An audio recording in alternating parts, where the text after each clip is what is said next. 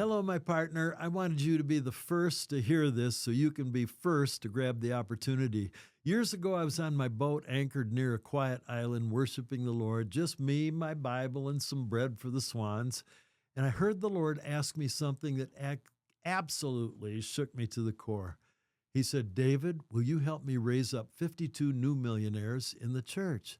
Now, I didn't want to say yes. I knew how people would criticize me. They'd say, there goes Pastor David Williams preaching health and wealth. Well, I'd rather preach health and wealth than I would sickness and poverty. And sure enough, the attacks came, but I said yes to God anyway. And that was the beginning of Club 52. Club 52 back then was a 16-week spirit-led course for believers who feel called to fund the gospel, to build, to give, to lead in the marketplace. And here's what happened.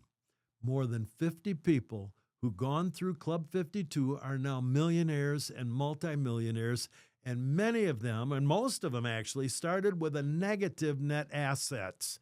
They trusted God. They learned biblical and practical principles. They stepped out in faith. Now they're living free and making a kingdom impact. And others, well, a lot of them said, well, maybe next time.